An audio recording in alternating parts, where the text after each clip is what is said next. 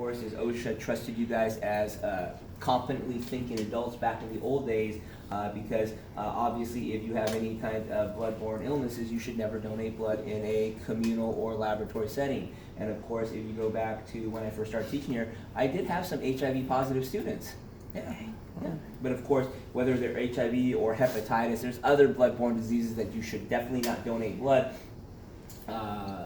But also including that category to make it less intrusive. If you faint at the sight of your own blood, definitely don't donate it. But again, what I would do is I would demonstrate how the blood is collected. So if you notice, we have one large tube here. This is going to be for hemoglobin concentration.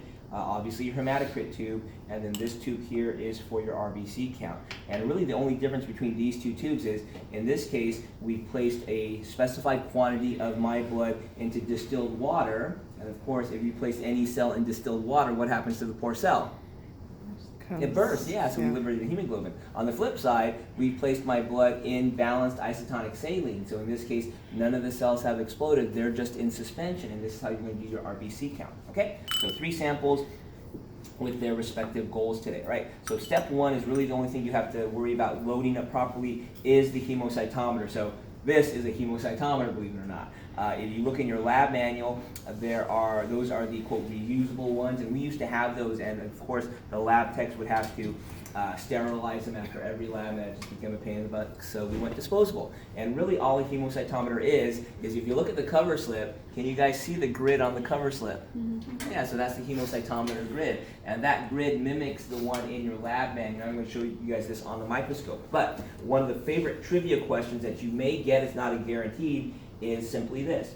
Cell view slide should be always in the upright orientation. So I've scanned this, so I have a copy of this on my computer, and I've also copied it upside down.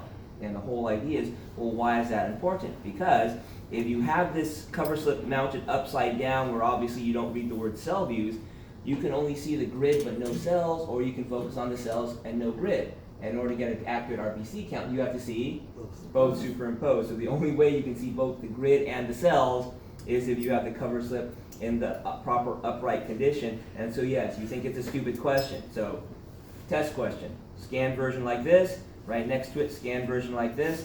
Simple question is, which cover slip is the proper orientation? It's the one that you can read. So don't forget that.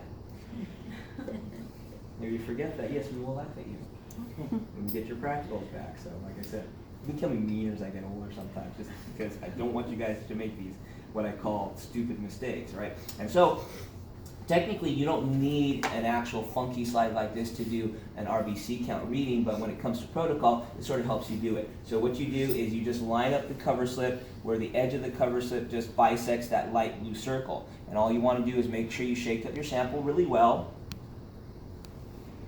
And again, by this afternoon, it'll probably pellet at the bottom, and you can already see a little bit of a pellet at the bottom right there, okay? So it pellets, all you want to do is now just take your pipette and just agitate it a little bit, okay? Just go up and down,